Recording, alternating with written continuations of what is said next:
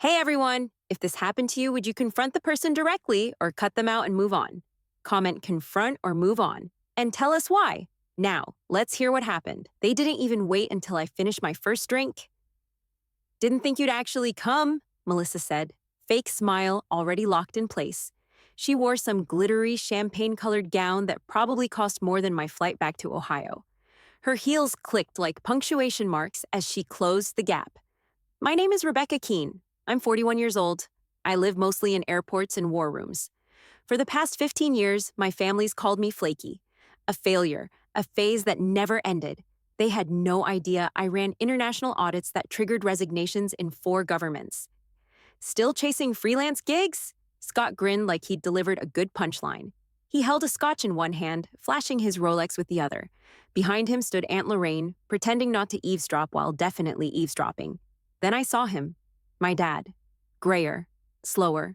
But still the same tight mouth and judgmental sigh I'd gotten at every birthday, every holiday, every awkward family gathering since I was 17. I'd been at the Ridgeville Country Club Gala for 6 minutes, and already I felt 17 again. Rebecca, Aunt Lorraine said, you look good. Not married yet? Good to see you too, Lorraine. I took a sip of my cocktail. I wore a plain navy dress, same one I wore to a conference in DC last month. Simple, functional. Not that it mattered to them. Melissa laughed, flipping her hair. Well, I got the lake house, 4 bedrooms, 3.5 baths. Plus the Tesla came last week. It's white, so clean. I nodded like I cared. Her diamond necklace sparkled under the lights, her voice dripping with that suburban queen bee confidence she'd had since high school. She leaned closer. Still doing whatever it is you do? She asked. Something like that, I said. Scott chuckled. Man, I still don't get it. No LinkedIn, no kids, no ring. What do you even do all day? I scanned the room. Couples chatting, waiters passing shrimp. The same smug faces I'd avoided for years. I swallowed the last of my drink and held the empty glass like a shield. Quick note, before we go any further, share where you're watching from. City or country, doesn't matter. Melissa kept talking. It's just weird, right? Most people settle down. Get a real life. I smiled without smiling. Guess I missed that memo. They blinked like they didn't know if I was joking. Scott clinked his glass. Hey, at least you made it this year. Yeah, I said. Wouldn't miss it. Then I turned toward the bar and walked off, because I knew if I stayed 1 second longer, I'd start listing countries where I've dismantled shell corporations before breakfast. I made it to the bar, ordered another gin and tonic, and barely got a sip in before Melissa was back. Dad wants to talk to you, she said, twisting her bracelet like she hated the idea herself. I followed her across the room to a round table near the dance floor. Aunt Lorraine, Scott, and my dad were already seated. Half-finished drinks and empty appetizer plates scattered between them. I didn't even get a chance to sit before Aunt Lorraine started in. You really never did settle down, did you? She said, as if that was some shared family tragedy. No husband, no kids, no house, always floating. I took the chair next to her. Nice to see you too. Melissa laughed. Do you even own a car? Or do you just, take the bus? Scott leaned in. Nah, she's probably that girl in the cafe writing articles about mindfulness and budgeting on $4 a day. Or journaling, Melissa added, in a scarf, with a latte and no health insurance. I glanced at my dad. He was quiet, swirling the ice in his glass. Then, like he couldn't help himself, he spoke. You know, he said, Brian's company is hiring. Entry level. HR's flexible. You could apply, maybe get a fresh start. I blinked. A fresh start? He shrugged. Just something with structure, stability, a real company. I almost laughed. You think I need a foot in the door at a logistics firm in Dayton? He frowned. Nothing wrong with honest work. That's not the issue. Scott grinned like he was watching good TV. So you're not interested in being a real adult, got it.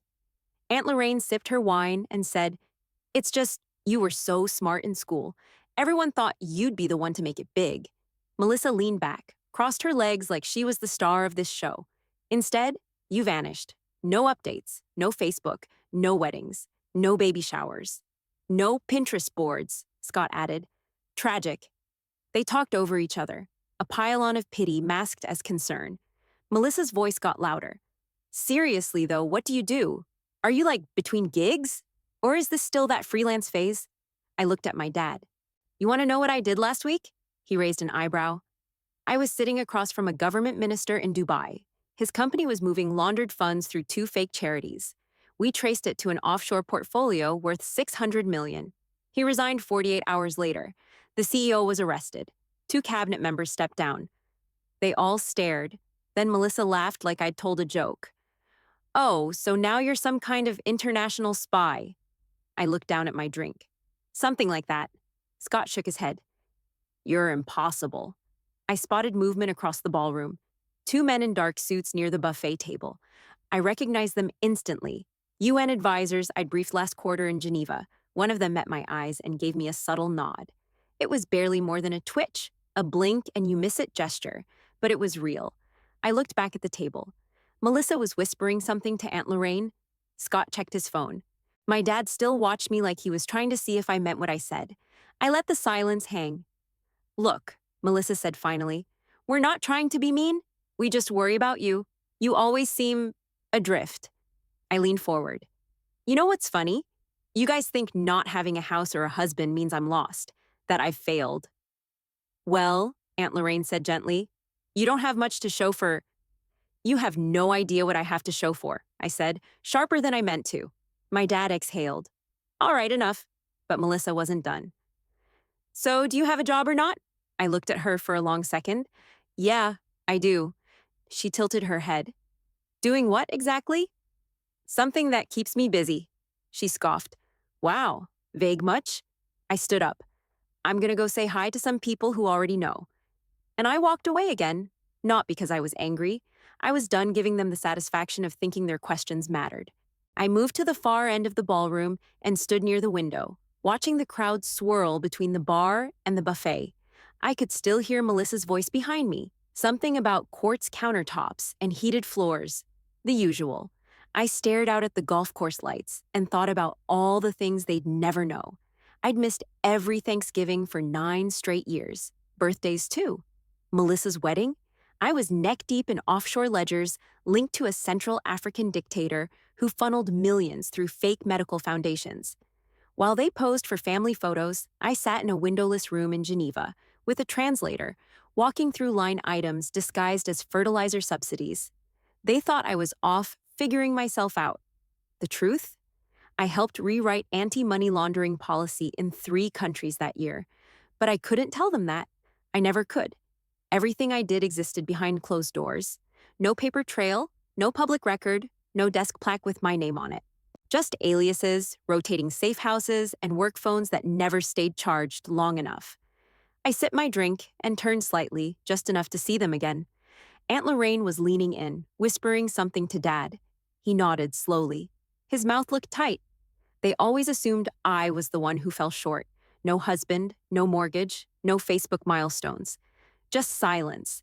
And that silence made me guilty by default. Maybe you're just not leadership material, Aunt Lorraine had said a few years back, during some backyard barbecue I didn't want to be at. I smiled and nodded back then, like I agreed. Meanwhile, I just signed off on the seizure of 3 international firms laundering drug money for the Sinaloa cartel. Leadership, right? One time, in Panama, I had to crawl through the back of a shipping container under gunfire. We were tracking a Venezuelan oil executive hiding $120 million through falsified exports. I got hit with a piece of shrapnel and still made my meeting in D.C. 2 days later, another time, I spent 6 nights detained in Istanbul after refusing to give up a flash drive with sealed testimony. I talked my way out without blowing my cover. That flash drive led to the resignation of an energy minister in Budapest. But sure, let's talk about how weird it is I never made a baby registry. I glanced toward the entrance. A couple walked in late. More handshakes, more small talk. Same meaningless circuit. In Lagos, I was cornered in a hotel stairwell by a man who knew my real name. He pressed a note into my hand and said, "Leave this country before tomorrow." I didn't leave. The next day, the man who paid him was arrested. Every word they threw at me tonight hit the same nerve. Not because it was cruel, but because they were so damn certain, so casually confident that I was the one who'd lost, that my life didn't add up, that I was the family warning label. No one asked why I didn't post, why I was never tagged. Why I kept disappearing for months at a time. They just wrote the story for me. Probably couch surfing, Melissa once told someone, loud enough that it circled back to me. Probably still chasing dreams. Poor thing. I was never chasing dreams. I was freezing assets in 5 jurisdictions before breakfast. I watched a waiter pass with a tray of champagne. I didn't take one. My stomach was tight. My jaw tighter. Across the room, Melissa laughed at something Scott said, tossing her hair like she was still 25. They didn't hate me. That would have been easier. They pitied me. That was worse. I heard footsteps behind me. I didn't turn. You know, Aunt Lorraine said, you could have done something great with your life. Still could. I nodded once. Maybe. She smiled like she'd made a difference and walked away. I stood still, quiet, burned out and boiling. I wanted to scream everything, but I knew better. There was nothing I could say that would matter more than what was coming. I barely had time to breathe before they circled again. Melissa reappeared with that fake sisterly grin. You know what I just realized? You never finished grad school, did you? Scott piped up from behind her, already smirking. She doesn't even own property, not even a condo. What kind of life is that? Aunt Lorraine asked like she was genuinely stumped. They stared at me, waiting for some self-deprecating joke or humble shrug. I said nothing. Melissa leaned closer, voice syrupy sweet. You've just never grown up, Rebecca. It's okay. Not everyone can be successful. I clenched the glass in my hand, hard enough I thought it might crack. I thought of my apartment, rented, sure, but the safe in the back closet, locked tight. Inside, 2 international enforcement commendations, sealed court rulings, and signed letters from prosecutors in 5 different countries. One of them thanked me personally for stopping a network that laundered weapons, cashed through a children's charity. Scott laughed. You probably live in some 3rd-floor rental with no AC, box fan in the window, probably still paying off student loans. I didn't even look at him. My eyes were on my dad. He hadn't said much yet, but I saw it on his face. The same damn disappointment. Like he still hadn't figured out where I went wrong. She was so bright in school, Aunt Lorraine said, shaking her head. What happened? I finally looked up. You all really want to know what happened? They blinked, not used to me speaking up. I woke up one morning in Zurich with a dislocated shoulder and a bag of encrypted hard drives strapped to my waist. I'd been on a train all night after pulling data from an asset hub linked to 3 shell corporations tied to a former head of state. Scott snorted. What, like you're in the CIA now? I stared him down. Number but close enough. Melissa rolled her eyes. This is exhausting. I stayed silent because I knew it didn't matter.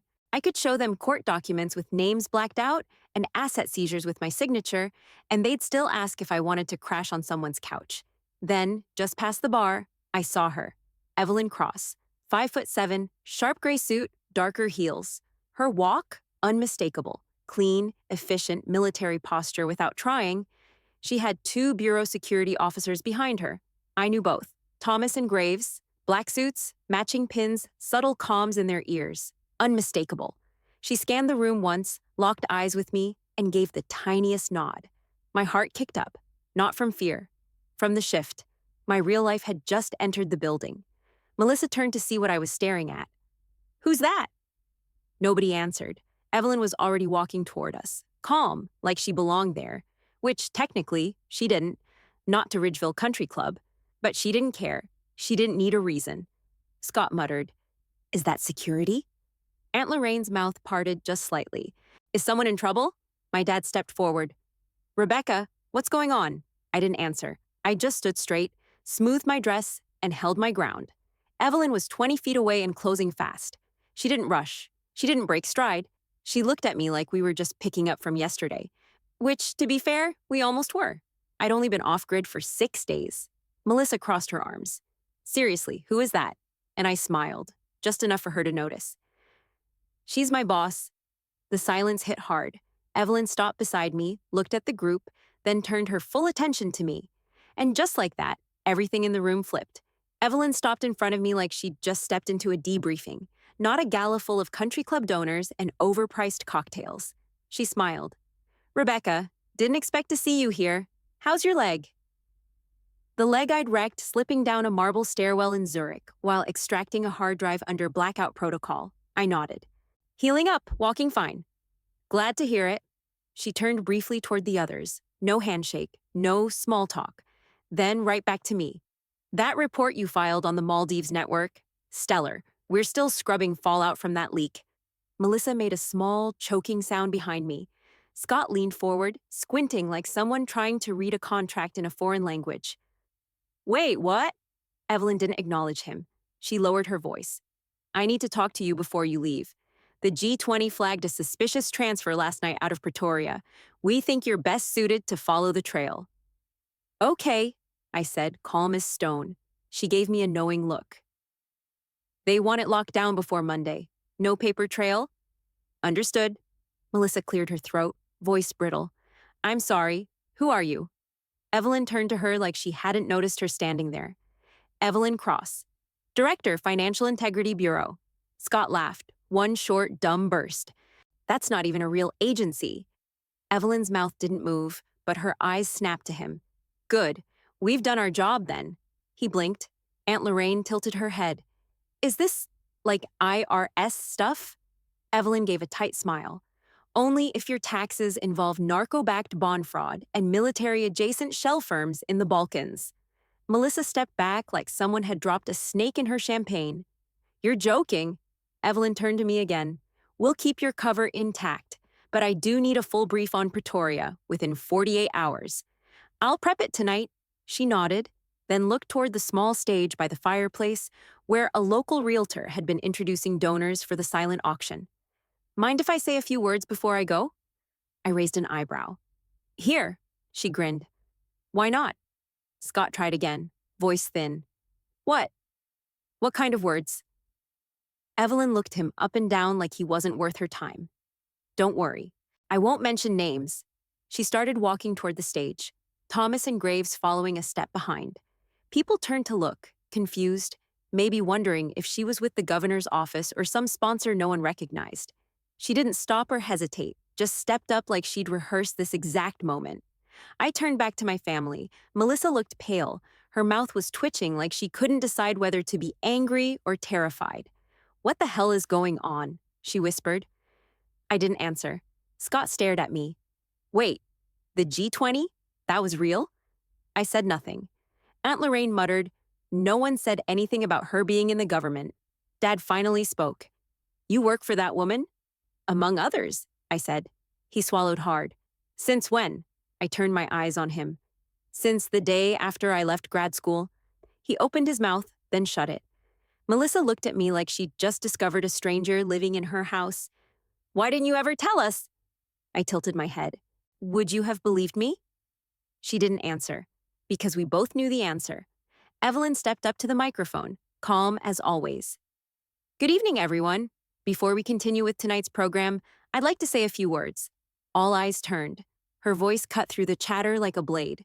I took one step back, just enough to watch them watch her, and I didn't need to say a thing. Evelyn stood center stage like she ran the damn place, because in every room that mattered, she usually did. She adjusted the mic. Before we begin tonight's program, I'd like to recognize someone. Heads turned, conversations stopped. Forks froze midair. She pointed straight at me. This woman has unraveled financial networks tied to human trafficking, weapons trades, and corruption in high places.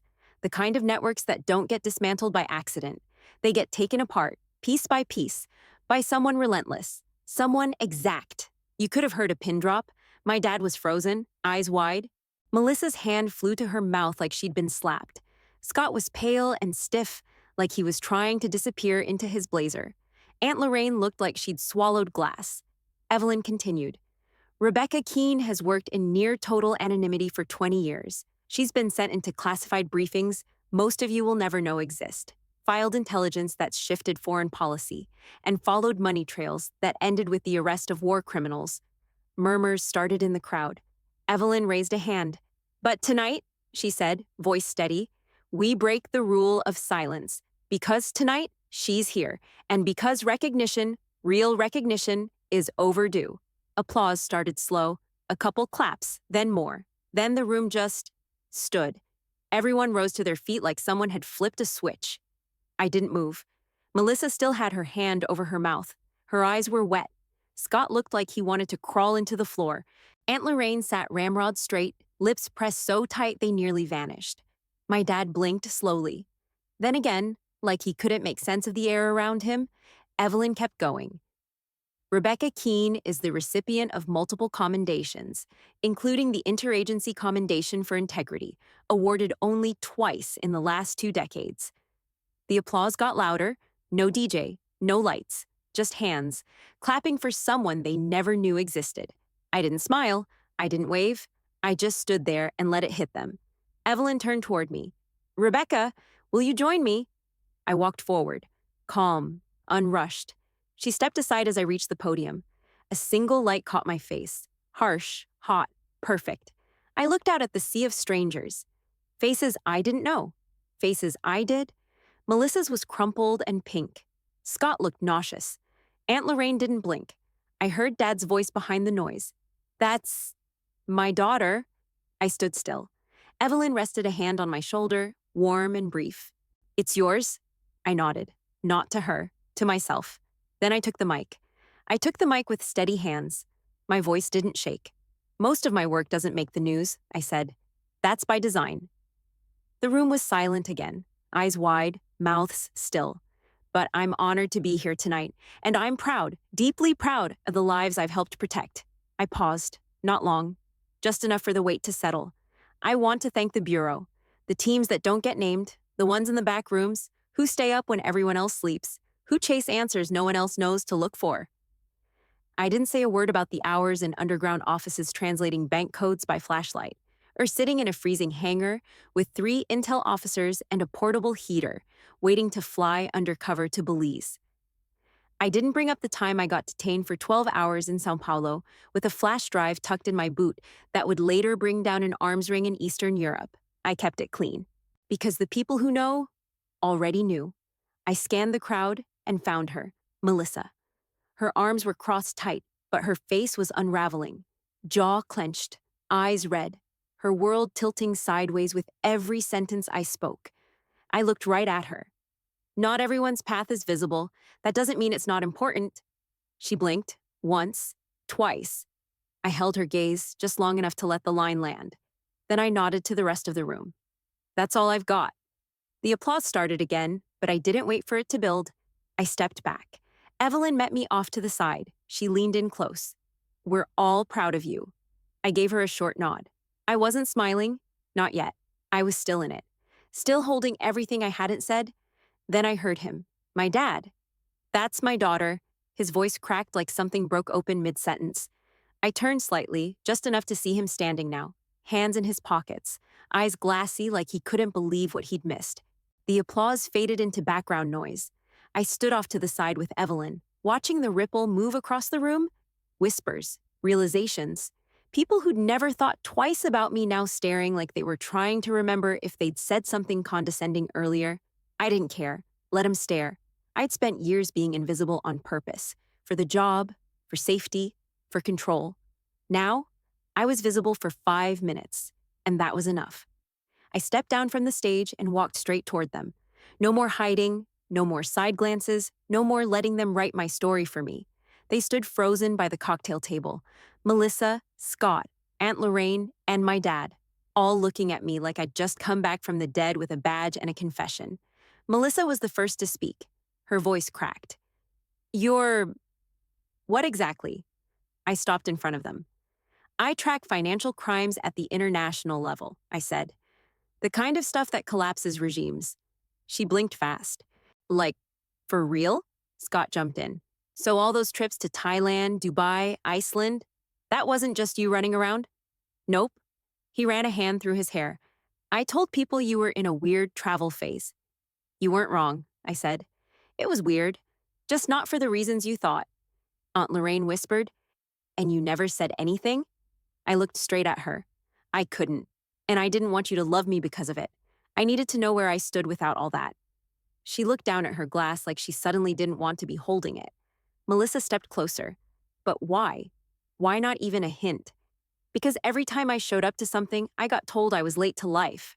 Like I missed some boat I never signed up for. So I stayed quiet." She opened her mouth, closed it again. My dad was quiet, his jaw set like he was swallowing glass. Then he took a step forward and wrapped me in a hug. Not a half pat, not a lean in. A real one. Full weight. His arms around me like he finally saw me for what I was. "I'm proud of you, sweetheart," he said, voice low, shaking. I was wrong. So wrong. I didn't move for a second. Then I hugged him back. He pulled away just enough to look at me. "You were out there making the world better, and I was here wishing you'd settle down with a timeshare and a husband." I smiled. I dodged both. That made him laugh. A short, broken sound, but real. Scott still looked stunned. "So, like, are you in danger?" "Sometimes," Melissa shook her head. "How do you sleep at night?" "Lightly." She almost laughed. Almost. Aunt Lorraine stepped forward, slow. "So when you missed Christmas in 2016? "Caracas," I said. "A shipping port, arms laundering ring." She stared at me. "You were saving lives while we were roasting a ham." "Pretty much." Melissa turned to Evelyn, who had joined us again, calm as ever. "Is it true?" Melissa asked her. "Everything she said?" Evelyn didn't hesitate. "That's the filtered version. The full one's classified." Melissa nodded slowly. "Okay, wow." I looked back at my dad. His eyes were red now. "You still think I need an entry-level job in Dayton?" I asked. He let out a sharp breath. "Hell no." We all just stood there for a second, the air finally different, heavier, clearer. Then Evelyn tapped her watch. 5 minutes. I gave her a nod. Melissa's voice was soft now. "Do you have to go?" "Always." Melissa wiped under her eyes with the side of her hand. "I treated you like a cautionary tale. Like you were what happened when someone didn't grow up. And the whole time, you were out there stopping wars with spreadsheets." I exhaled. "It's okay. You did what people do. Judge what they don't understand." She shook her head. "I don't deserve your forgiveness." "There's nothing to forgive." Her face crumpled again. But this time, it wasn't pity or confusion. It was guilt. Real guilt. The kind that sticks. My dad stepped in, voice softer than I'd ever heard it. "Do you love what you do?" I looked him in the eye. "I do." He nodded slowly, like he finally believed it. Not just the words. Me. Evelyn appeared beside me, all precision and calm. "Rebecca, time to debrief. Someone in Geneva asked for you by name." I didn't even flinch. "Be right there." Melissa stepped in and hugged me again. Tighter this time, no hesitation. "Next time someone asks what you do," she whispered, "I'll tell them you protect the world. Quietly." I pulled back and looked her in the eye. "Just say I work in finance. That's all they need to know." She smiled, and this time it wasn't forced. I gave a quick nod to Scott, who looked like he was still catching up. Aunt Lorraine gave me the smallest smile I'd ever seen on her face, but it was there. A flicker. I turned and started walking with Evelyn toward the exit. Behind me, I heard my dad's voice again, full of pride and breath and something brand new. "That's my daughter." The words landed clean, no weight, no sharp edge, just truth. For the first time, I felt it. Not tolerated, not judged, not questioned, seen, fully.